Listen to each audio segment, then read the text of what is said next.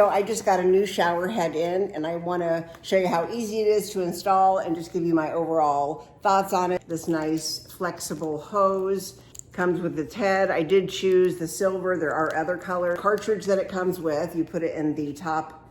It helps purify your water, helping with your skin and your hair. So all you do is open this up, then put it in like so, and then twist the head back on. Is of course remove your old shower head, and then they do provide some of this tape that you're going to put a ring right around here. This will help seal it so there's no drips and stuff. So I'm going to do that next. Next up, you're going to take this piece and you're going to screw it into the end here. So very simple. You see I already put the tape on. Very simple, just like that. We're going to go ahead and attach the hose and test it out. Next, you want to take one of the ends and then just simply screw it in here. And the other one has already been screwed on to the actual shower head.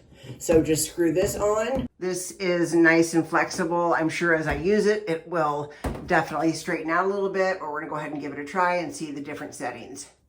Okay, it does have 3 different modes, and so I'm going to show you the first one. That is the rain mode.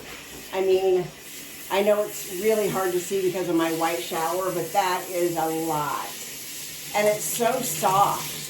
I've got to say that. This is a lot of pressure, but it's so incredibly soft. Sometimes my shower head hurts me because it's so powerful that when I have a sunburn or something, it actually hurts my skin. This feels amazing. You control the settings with this button. So the next setting, the middle setting is called Hybrid Boost. It's just right in the center. Really nice. I'm going to love to try this out on my hair to see how it leaves my hair and skin feeling. Definitely super simple to install. Can't wait to try it out, and I'm definitely going to recommend.